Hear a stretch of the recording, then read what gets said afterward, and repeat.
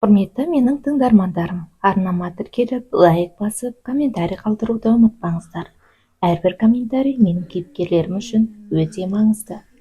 Мен шалғай ауылдың көп балалы отбасының қарапайым қызы едім. Ауылдан басқа ешқайда шықпай, ауыл тірлігінен басқа тірлік көрмей, шаруаға араласып өскенмін. Мектеп, үй, сабақты да жақсы оқи алмадым. 1986 жылы мектепті бітірдім. Өз басым білімге құштар болмадым. Оған уақыт таба алмадым ба, әлде еріндім бе? Болмаса отбасым кедергі жасады ма? Жол көрсетіп сүйрейтін адам болмады ма? Әйтеуір оқымадым. Қыз бала бола тұра нашар оқыдым.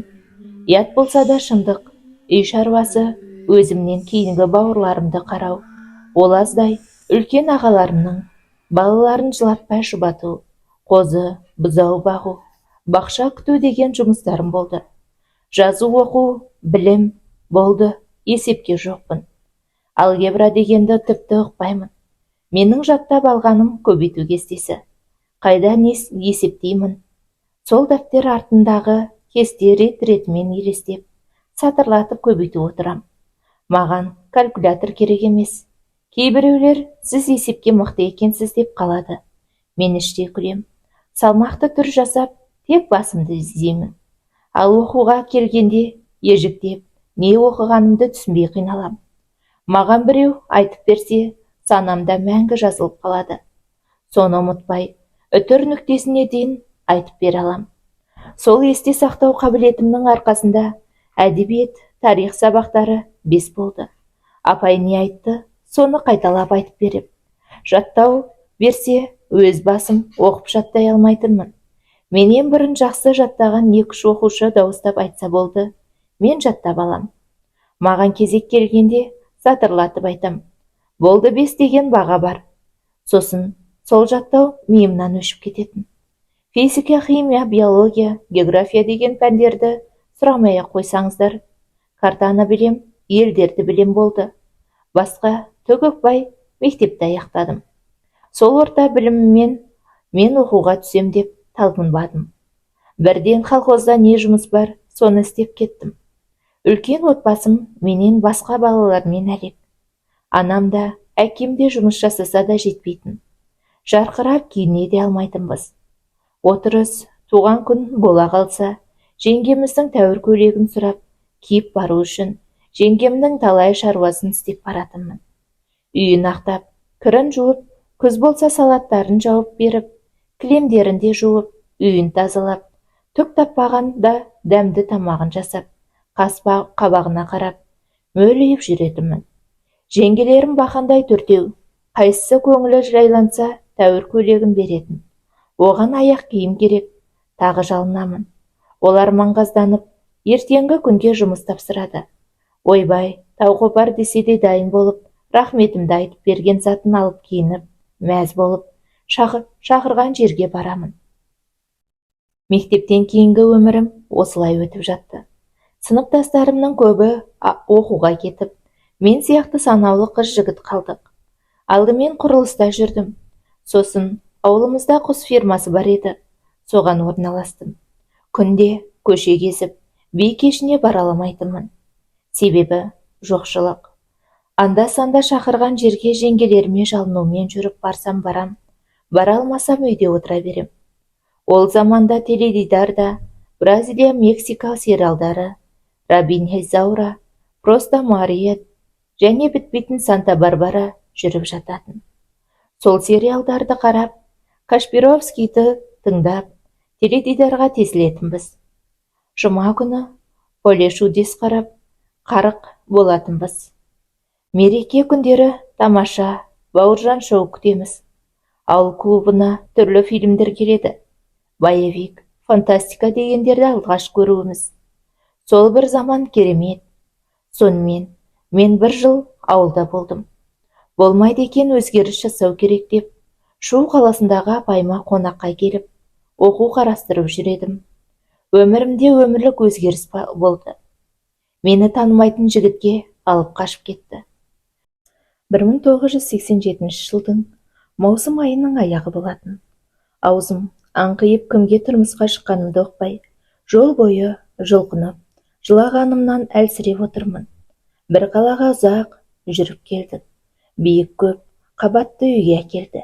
3-ші қабатқа көтеріліп, көп бөлмелі пәтерге кіргізді.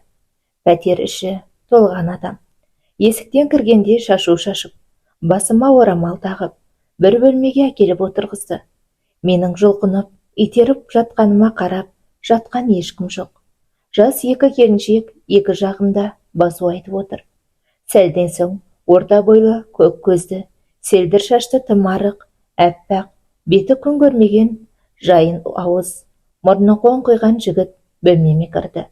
Онымен бірге 3 келіншек кіріп, міне шаш десең шаш, қас десең қас, мүсінін қара талдырмаш, бойы да бар, көзін қара-қара қаттай, деп мені шырайын алдырып көрсеткенде, біреусін итеріп жібердім де, сендер не, мені сатуға келдіңдер ме?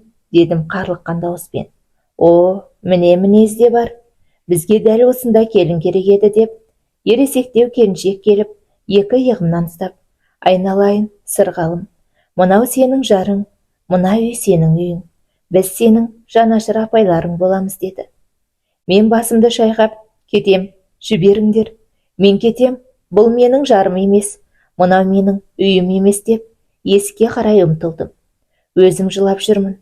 Топ әйел құшақтап төсекке отырғызып, қасыма жаңағы жігітті отырғызып, жан-жақтан маған тоқтау айтып, ақыл айтып жатты. Айналайын, сенікі дұрыс, бірақ бұл бұйрық бақтың. Біз сені алып қашпай алдымен танысуымыз керек еді. Оған болмай қалды. Біздің ініміз жақсы адам, ол өте мейірімді, ақылды, тәрбиелі. Әке-шешеміз өте жақсы адамдар. Сені қызындай көретін болады. Сырғалым, бұл бұйрық.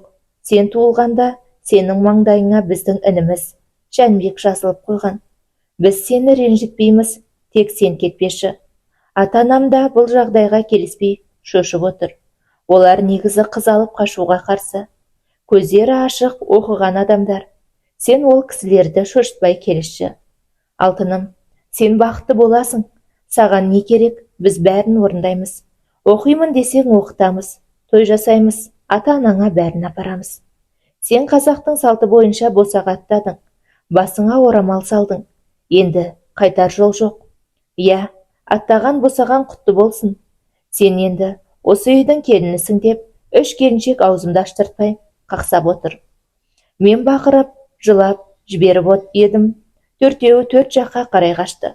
Сол кезде есіктен апай келіп, жұлқып жіберіп, жетер, жұрттың зәресін ұшырғаның. Алып қашқан қыз сен ғана ма? Болды қаласың, отыр мұнда деп төсекке отырғызды да. Сен шыр етіп өмірге келгеніңде, саған осы Жәнібекке жар болу жазылған. Біз тек себепкерміз. Болды. Қыз, жат жұрттық, міне, өз жұртыңа келдің болды деді қатты дауыспен. Көзім шарасынан шығардай болып, былқ-сылқ етіп төсектің шетінде отырмын. Қалғандарың шығыңдар, ендігі шаруа Жәнібектікі, жүр деп 3 келіншекті ертіп шығып кетті. Менің зәрем ұшып Жәнібекке қарап едім. Познакомиться, меня зовут Джаник, Жәнібек деп қолын созды. Мен қолымды бермей арқама қарай жасырдым. О, сорлы, сен орысша сөйлейді екенсің ғой дедім іштей. Ол күлімдеген көздерімен қарап отыр. Неге сонша арық, ауру ма деген ойда келді. Тебе зовут Сырға, деді сұраулы көзбен қарап. Сырғалым дедім зілді дауыспен. Да, Сырғалым, это обозначает, что девушка со Сергой, деп орнынан тұрып, терезеге барып, сыртқа қарап тұрды да, тез жалт қарап, очень красивое имя, со смыслом Сырғалым, Сырға, Сырғалы, Сырғалым.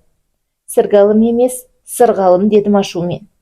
Не деген балалық десеңші, болашағым шешіліп жатыр. Мен болсам атымды дұрыс айтқызып отырмын. Ол сәл қабағын түйіп, жұтынып алды да, Сырғалым, деп басын ие айтты да, көзіме қарады. Енді дұрыс айттың деп, басымды көтеріп, өзімше болып отырмын. Ай балалық ай, Жәнібек күлімдеп, мен қазақша сөйлеп, айтам, уәде, мен қазақша сөйлесем, деп тоқтап қалды. Түсіндің бе дегендей, ол ойлы көзбен қарап отырды. Қазақша сөйле, сен қазақсың ғой дедім. Бір таң қалғаным мен Жәнібектен қорықпай еркін отырмын. Жәнібек оң алақанын жүрегінің тұсына қойып, басын изеді. Сосын өз есіміңді де дұрыс айт. Жәнібек емес, Жәнібек дедім. Ол басын изеп, Жәнібек деді де күліп жіберді. Мен де күлдім. Мен 25-те, сен деп ойлы көзбен қарап отыр. 18-ге қазанда толам. Қазан, иә, қазан айының 15-інде 18-ге толам. Қазан ай деп түк ұқпай жан-жағына қарады. Октябрь, октябрь, қазан, қазақша. Дұрыс есіңе түсті ме? Мен білмеді. Сен октябрьдің қазақша қазан екенін білмедің бе?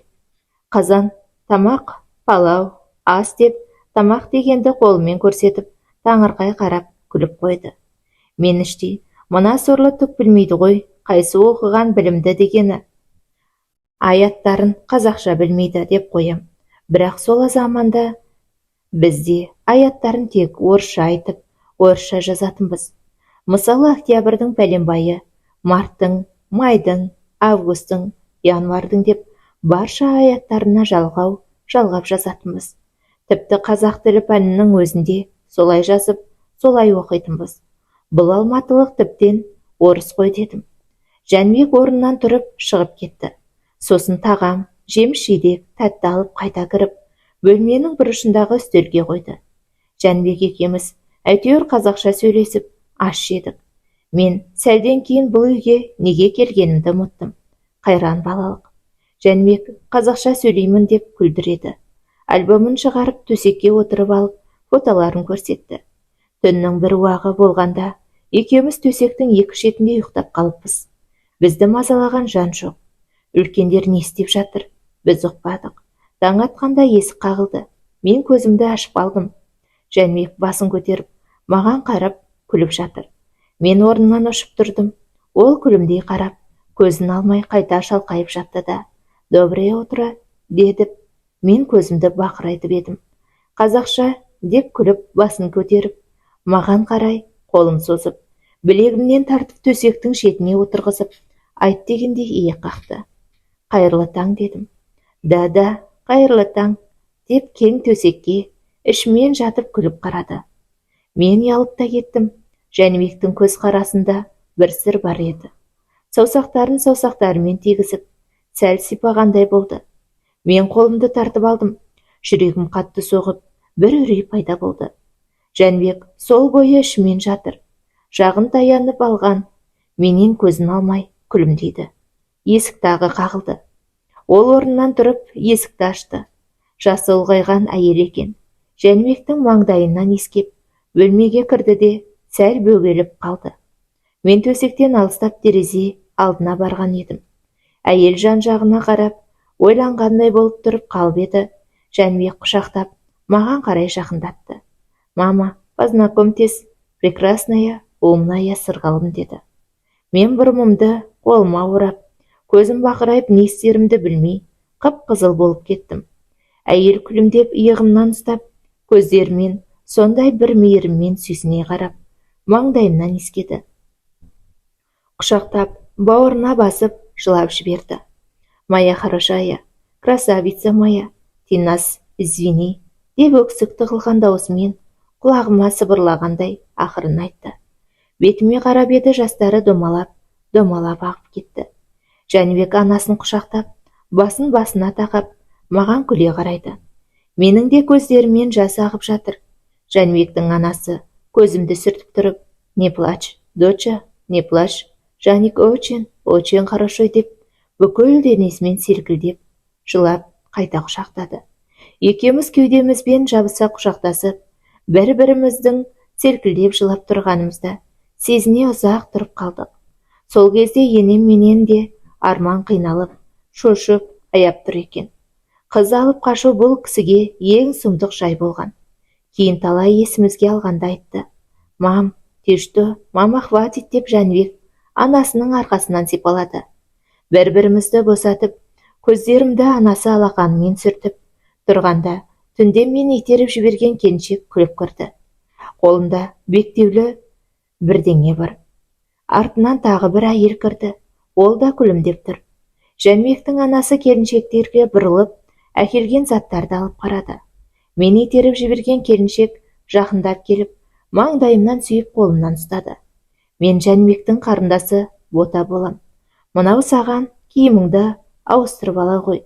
Жүр, мен саған жуынатын бөлмені көрсетейін деп, сондай жұмсақ жылы дауыспен. Келесі келіншекте жақындап келіп бетінен сүйіп, мен Жәнібектің апасы боламын. Есімім Арай деді.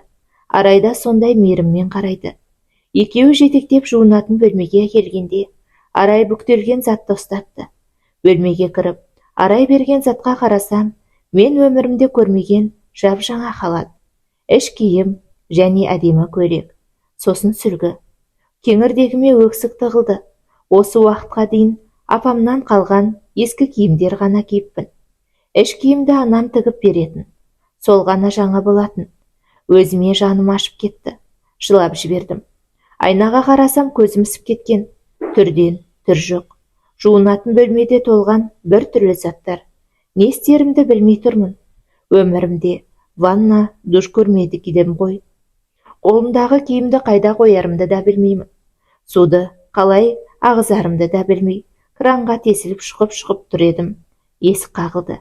Селк етіп шошып, артыма қарасам, Бота есікті ақырын ашып, күлімдеп, аяғыма тәпішке ұсынып жақындап келіп, су былай ағады. Мына жерде сабын, су сабын бар. Мына тіс щеткасы жаңа. Бұл саған, міне пасталар. Қалағаныңды қолдан, заттарыңды мына жерге қоя ғой. Мынау душ есігі былай ашылады. Суы былай қосылады. Ал мынау ванна, сен қай жерде жуынасың деді. Даңғарадай ваннаға қалай түсерімді білмей, душты көрсеттім. Жақсы, ішіне кіріп, есігін жауып, жуына ғой. Су сабынды мына жерге қойып қойсаң болады. Міне, денеңді ыссаң деп бәрін ұстатып, тез шығып кетті. Менің көзім бақырайып, бетім қызарып, ұялып тұрмын. Осы мен не сасып тұрмын ба? Неге маған денеңді жу деп жатыр? Деп үстімдегі әпкемнің ескі халатын иіскеп қоям. Бала екем ғой. Бір күн бұрын моншаға түскенде ауыстырдым ғой деп, шашымды да иіскеп қоямын. Біраз ойланып тұрып, сосын жуынуға кірістім. Жып-жылы суға рахаттанып, керемет иісті су сабынна шашым жібектей болып, денемнің терісі де сондай бір жұмсақ болып рахаттандым. Ауылда қайдағы су сабын? Иіс сабынмен тек бетті, қолды жуамыз. Ол да сирек болатын. Ал моншада қудай берген кір сабын ғой. Менің сала құлаш шашым ол кір сабынға үйренген болса да, мынандай жібектей болмайтын. Шашым сусылдап тура жібек. Жуынып сүртініп, киімді ауыстырып, шешкен киімді сол жердегі кішкене тегешке салып, жуып, шайқап қайда жаярымды білмей, неге жуғанымды өзімде білмеймін. Мына үйдің айнадай тазалығы соған итерді ме? Әлде анамның үйреткен тәртібі ме? Шешкен киімді бір шайып, кептіріп ал дегені есімде тұрды ма? Әйтеуір жудым. Біраз тұрдым да, ақырын есікті ашып, сығалап қарап едім. Ары-бері жүрген Жәнібек күлімдеп қарады. Қысылып тұрсам да, ақырын жуынатын бөлмеден шықтым да. Жәнібекке қарап, мынаны қайда жарсам болады деппін. Қасыма келген Бота, сен киіміңді жудың ба? Маған бер, өзің Жәнібекпен бара ғой. Таңғы астарыңды ішіңдер деді күлімдеп. Кимеген жаңа көйлекті де Ботаға бердім. Көйлек маған қатты ұнаған. Келін болған соң халат кию керек деп ойлаған едім. Халатты кигенді жөн көрдің бе? Жарасып тұр. Көйлекті бөлмеңе апарып қоямын деп Бота кетті. Менің ұзын шашым арқамда жайылып жатқан. Уыстап, бұрап-бұрап төбеме түйес салып, түнде таққан орамалымды тартып алдым. Жәнібек сүйсініп қарап отыр. Қолын созды. Мен қолымды беріп едім, бір бөлмеге ертіп апарды. Қонақ бөлмесіне. Кең жарық бөлме екен. Ұзын үстел, дастархан жаюлы. Біраз адамдар бар екен. Төрде үлкен ер адам отыр еді. Біз жақындағанда ол кісі орнынан тұрды. Жәнібек мені дәл сол адамға апарды. Ештеңе айтқан жоқ. Ағай маңдайымнан иіскеп, бақытты болыңдар, мен Жәнібектің әкесі боламын деді. Ағайдың түрі суық, қабағы қатыңқы, салмақты кісі екен. Соның өзінде көзінен бір мейірім ұшқыны жарқ еткендей болды. Мен де дастархан басына жайғастым. Аяқ жаққа қарай отырып едім. Енем ортаға отырғызып, өзі менен жоғары отырды. Шайды бір келіншек құйып отыр. Басымды төмен салып дастархан басындағыларға қарай алмай отырмын. Атам сөз бастап кетті. Қарағым, міне, осы сенің өз жұртың. Әрине, біздің тарапымыздан ағаттық кетті. Оны жуып шаюға әзірміз. Сені айттырып, сөз салып құдаласып та алуымызға болар еді. Бірақ осылай болып қалды. Бөтен адам, танымайтын жан, тіпті көрмедің де. Не айтайын, көңілдерің жарасын. Сен қызым тым жас екенсің. Тіпті 18-ге де толмапсың. Деген соңғы сөзін күйіне айтып, тоқтап қалды. Көке, болды қойыңыз, мен әкелдім, мен жауап беремін деді. Кешегі күні мені алып қашқанда көліктің алдында қақшиып отырған әйел. Ол түнде маған ұрысқан. Мен жалт беріп, сол әйелді жек көріп қарап қалдым. Ол көзін тайдырып жерге қарады да, айналайын сырғалым, мен сені сырттай жақсы танып алғам. Апайыңнан біліп жүргенмін. Сен келгенде жақсылап бақыладым. Ол рас, алып қашуға қайныларымды көндірдім. Деп төмен қарап отырды да, басын жұлқи көтеріп, зілді дауыспен: ештеңе жоқ, жаман жерге келген жоқсың. Текті жер, әне, көріп отырсың, қыз да өсірді, ол да өсірді. Талай елдің алды деп еді атам тамағын кенеп тоқтатты. Әйел атама жалт қарап тыйылып қалды. Біз бүгін сенің әке шешеңнің алдынан өтуге барғалы жатырмыз. Кеше кеште шудағы туыстар апайыңа хабар айтты. Кешірім сұрап кірді. Енді ата-анаңа мына қарындасым мен апаң барамыз. Сен отбасыңда неше адам, үлкендерден кім бар? Жол жаралғы білсең, оны анау абысыныңа айта ғой. Сосын біз түгенделіп жолға шығайық. Жақын жер емес екен, таң ата жетерміз деді. Жәнібек саусағымен анда-санда тиісіп қойып, біресе бауырсақ, біресе тәтті әперіп күлімдеп, көз алмай отыр. Бір кесе шайды әрең іштім. Жәнібектің қарай бергені мені ұялтып жіберді. Оның көздері жанып, езуі жиылмайды. Неге екенін білмеймін.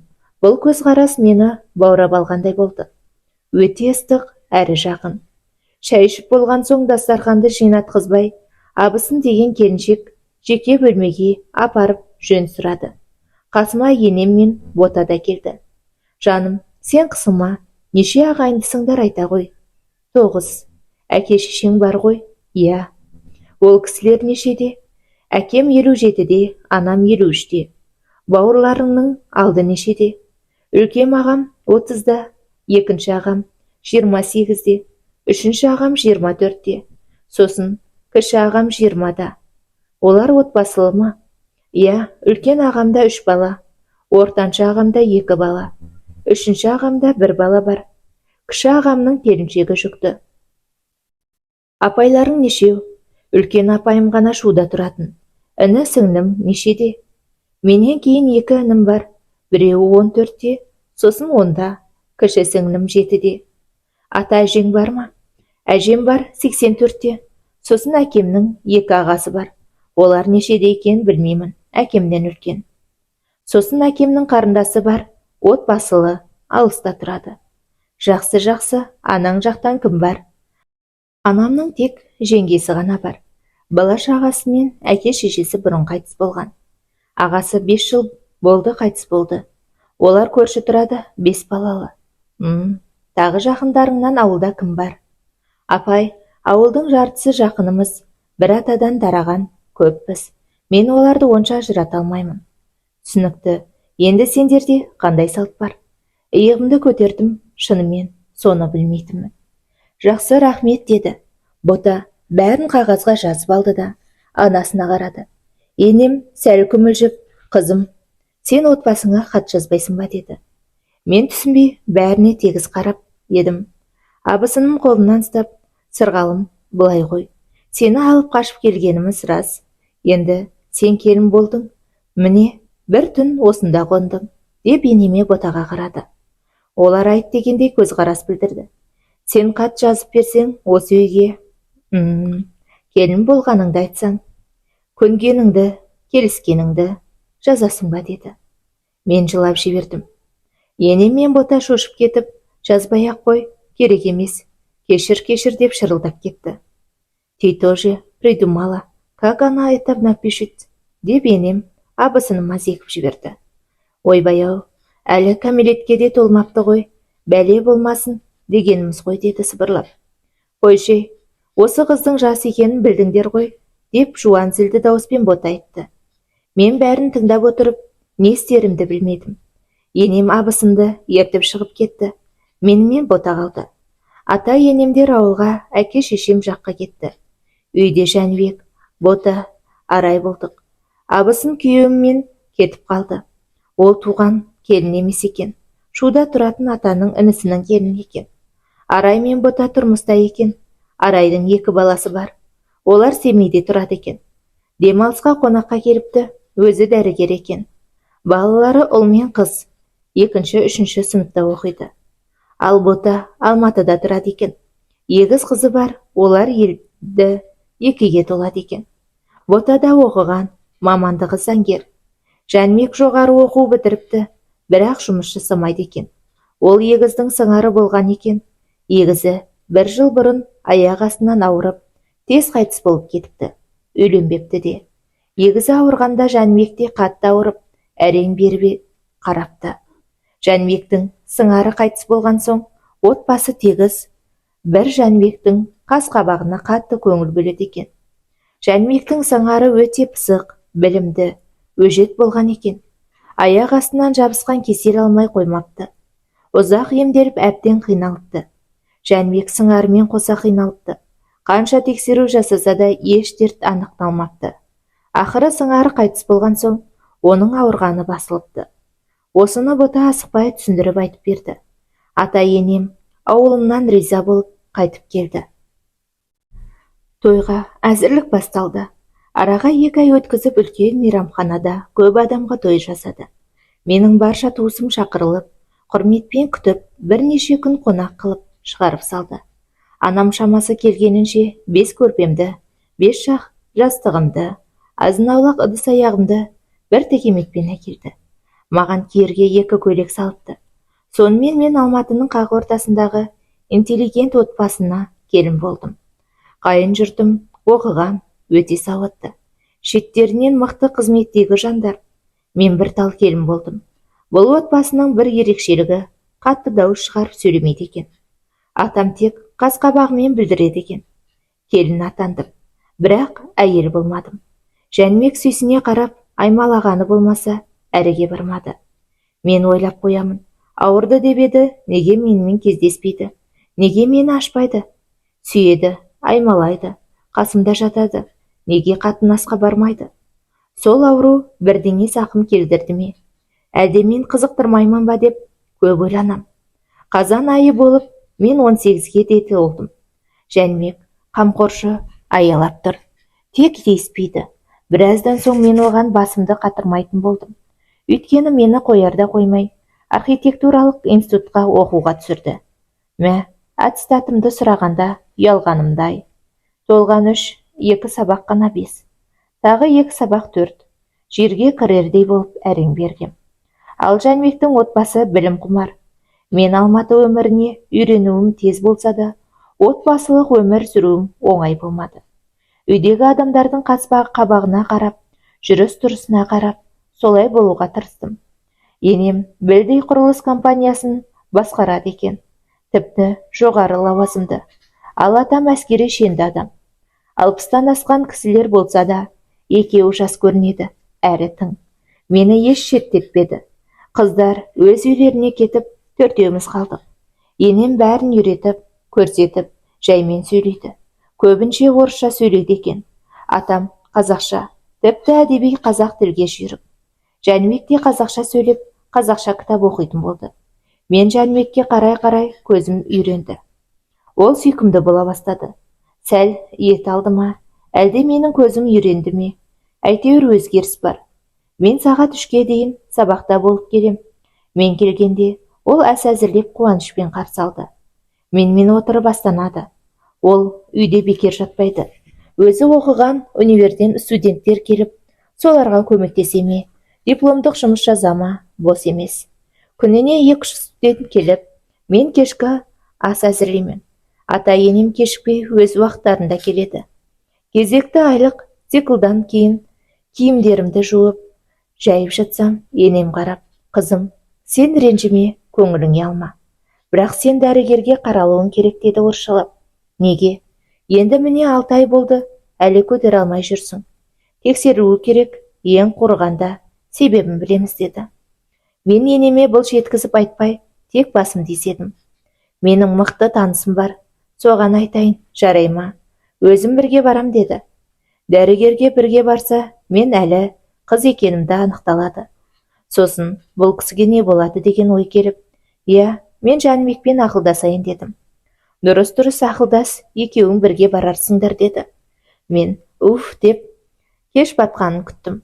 Кешке Жәнібек сол әдетінше аймалап, сүйіп құшақтап жатып, ұйқыға кетпекші болғанда, басымды жұлып алып, сен мені әйелім деп неге қабылдамайсың дедім. Ол ойлы көзбен таңырқай қарап, басын көтеріп, сүйкене жатты. Тез қазақша айтайын деді де, жұтынып, ойланып, жыбырлап көтерілді. Мен ұяттан өртеніп отырып, оның көздеріне кезек-кезек қараймын. Біз ерлі зайыпты емеспіз бе? Сенден не? Бір дұрыс емес, жай бар ма дедім, қып-қызыл болып жұтына. Ол тіпті көтеріліп, бет-аузын сипалап, сосын орнынан тұрып, ары-бері жүрді. Сөз жоқ, тек басын ұстайды, кеудесін уқалайды. Мені, сен не үшін алдың дедім, мен де орнынан тұрып. Ол 2 иығымнан шап беріп ұстап, кеудесіне басты. Неге айтпайсың? Неге сыр жасырасың? Әлде мен саған лайық емеспін бе? Әлде мені сүй алмадың ба деп едім Жәнібек қатты құшақтап. Нет, не так. Лайық. Сен лайық. Мен сені сүйем, қатты сүйем деп. Менде проблема деп. Мен дұрыс емес деп төсекке отыра қалды. Менің жүрегім зу етіп шошып кеттім. Жәнібек басын салбыратып, төмен қарап отыр. Маған неге айтпайсың? Мама, мені дәрігерге апарам. 6 ай болды, неге көтермей жүрсің деп жатыр. Мен ол кісіге не айтарымды білмей қалдым. Сосын амал жоқ, сенмен сөйлестім деп қасына отырдым. Жәнібек жасаураған көзімен маған қарап, сәл қабағын түйіп, күйініп кеткендей болды. Сен ауырды деді ғой. Соның салдарынан шығар, дәрігерге қаралайық. Емделетін шығар дедім. Ол басын изеп құшақтап алды. Кешірші, мен бұл жағдайды изучать еттім. Біраз информация жинадым. Тек лечиться еттім. Что-то толық болмай жатыр. Олай болмайды, дәрігерге бару керек. Барам, қаралам. Енді емделуге айналсамын. Мен ұялғам, деді көздерін төмен салып. Кімнен, менен бе? Бірінші сенен айтуға ұялдым. Мен сені қалайды, қатты қалайды, сүйемін деп құшақтап аймалап сүйіп кетті. Қанша беріп, жан тәнімен балғи сүйсе де, батыры былқ етпеді. Құшақтасып жатып ұйықтап кеттік. Ол мен ұйықтап кетеді екем, ал Жәнібек қиналып жатады екен ғой. Ертесі дәрігерге көріндік. Көп сөйлеуге шағылу алған соң солай болады екен. Ауырғанда қайта-қайта түрлі аппараттарға түсе бергеннен зақым алыпты. Енді ем қажет, денсаулыққа қарау керек. Таза ауада көп жүру, жаттығулар жасау, дәрумендер ішу керек екенін айтты. Сонымен ем басталып кетті. Жәнібек далаға шығатын болды. Көп қыдыратын болдық. Бірақ бізге 3-4 жыл балалы болуға болмайтынын айтты. Алғашқы ұрықтар сыртқа төгілуін қадағалауды бұйырды. Ол ұрықтар денені сау бала әкелмейді деді. Біз соны қадағаладық. 2 айдан соң Жәнібекке күш келді. Біз ерлі зайыпты болдық. Ата-енем мән-жайды ұққан соң бізге сөйлемейтін болды. Арада 6 жыл дегенде қызды болдық. Сосын тағы 2 жылдан соң ұлды болдық. Мен оқуымды бітіріп, енемнің қол астында жұмыс жасап, әбден үйреніп алған соң орнын басып қалдым. Енем зейнетке шықты. Жәнібек те жұмысқа тұрды. Көбірек таза ауада жүру үшін пәтерді сатып, жер үйге көштік. Менің туыстарым жиі араласып тұрады. Олардың да жағдайлары түзеле басталды. Ауылыма да жиі барамыз. 1 айлық демалыста ауылда өткіземіз. Жәнібек менің бауырларымды өз бауырындай жақын тартты, жатырқамады. Менің бағым ашылды, мен бақыттымын. Ойламаған жерден мен осылай бақытты болдым. Бұл бақыттың болуына үйдегі үлкендер себепкер. Менің анам әрдайым еңбекке үйретті.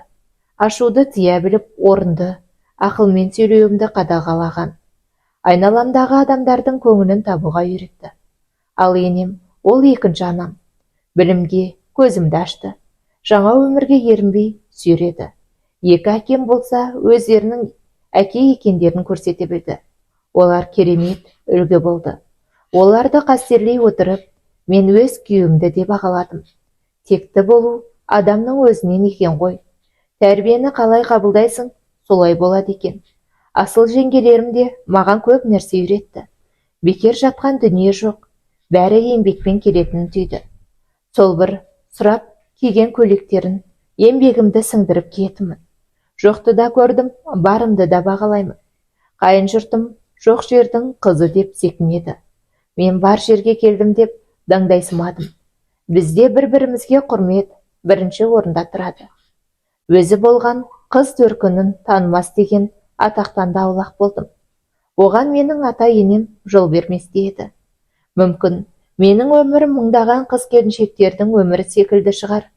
Сонда да айтарым, адам кішіпейіліп адал болса, бақытқа қолы жетеді екен.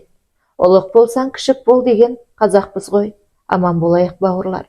Шыр етіп өмірге келгенде адам тағдыры маңдайына жазылады деп жатады ғой. Мен Сырғалым апайға керемет тағдыр жазылған деп қызық айтар едім. Ол кісінің өте тәрбиелі, еңбекқор, тату отбасы берген тәрбие бойына сіңіп, керемет келін, аяулы жар, асыл ана бола білді. Ал қайын жұрты атасы, енесі, апайлары, жары өз дәрежелерімен неше саты жоғары тұрса да, қарапайымдылықтарымен, адамгершіліктерімен сөз жетпес құрметке лайық жандар. Иә, олар жас қызы науқас ұлдарына қыз қосты. Сөйте тұра, қызды бағалай білді. Кемітпеді, төмендетпеді. Керісінше өз деңгейлеріне көтеріп қосып, еш ренжітпей аялай білді. Екі отбасына да басымды еп, үлгі алар жандар екенін айтқым келеді. Өмірде түрлі адамдар бар ғой, бар жерге барып, өз отбасына теріс қарап, өз болған қыз төркінін танымас деген мақалдың кейпін киетіндер айтам. Барған қолы жеткен соң, асқақтап құдайын танымай қалатындар да бар. Болмаса алған келініміз жарымаған жерден деп жақтыртпай, құдаларымен араласпай жүргендер қаншама. Ұлдары науқас па, сау ма, ең бастысы байлығы бар. Сонымен асқақтап жүргендер де жетерлік. Сырғалым апай мықты білдей құрылыс компаниясының директоры бола тұра, әлі сол қарапайымдылығы мен адамгершілік қасиетінен айырылмаған жан. Аллам әрдайым жар болсын. Әлемде Сырғалым апайдай адамдар көп болса екен.